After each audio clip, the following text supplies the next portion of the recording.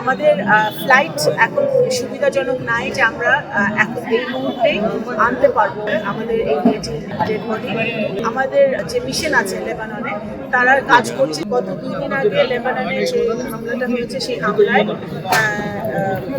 300 জনের মতো ক্যাজুয়ালিটি হয়েছে। তার মধ্যে আমাদের বাংলাদেশি একটি মেয়ে, সে লেবাননে কাজ করতো, সে নিহত হয়েছে একটি পরিবারের সাথে। সেই পরিবারটাও নিহত হয়েছে। তার পরিবারের সাথে আমাদের পররাষ্ট্র মন্ত্রণালয় থেকে ইতিমধ্যে যোগাযোগ করা হয়েছে, কথা বলেছে। এখানে তার যে বোন থাকে, সেই বোনের সাথে আমরা যোগাযোগ করেছি। আমাদের পুলিশ সুপার, জেলা পুলিশ সুপার, জেলা প্রশাসক ইতিমধ্যে তাদের সাথে যোগাযোগ করেছে, ফ্যামিলির সাথে যোগাযোগ করেছে। আমাদের ফ্লাইট এখন সুবিধাজনক নাই যে আমরা এখন এই মুহূর্তে আনতে পারবো আমাদের এই মেয়েটির ডেড বডি। আমরা সচেষ্ট আছি।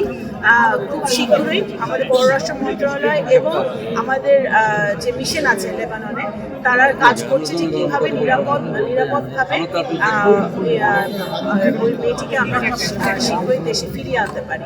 আমি শুধু আমার জেলার মেয়ে, আমি একটু বলতে পারি যে আমি ওর আত্মার মাগফিরাত কামনা করছি।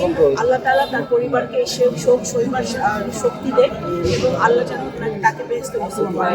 আমি আরও বলতে চাই যে পররাষ্ট্র মন্ত্রণালয় এবং বর্তমানে বাংলাদেশ সরকার সচেষ্ট আছে যে আমাদের বাংলাদেশিরা যারা এই সকল গালফ কান্ট্রিগুলোতে আছে, তারা যেন নিরাপদে থাকে এবং যতদূর সম্ভব আমরা চেষ্টা করছি তাদেরকে একটি নিরাপদ জায়গায় স্থানান্তর করতে।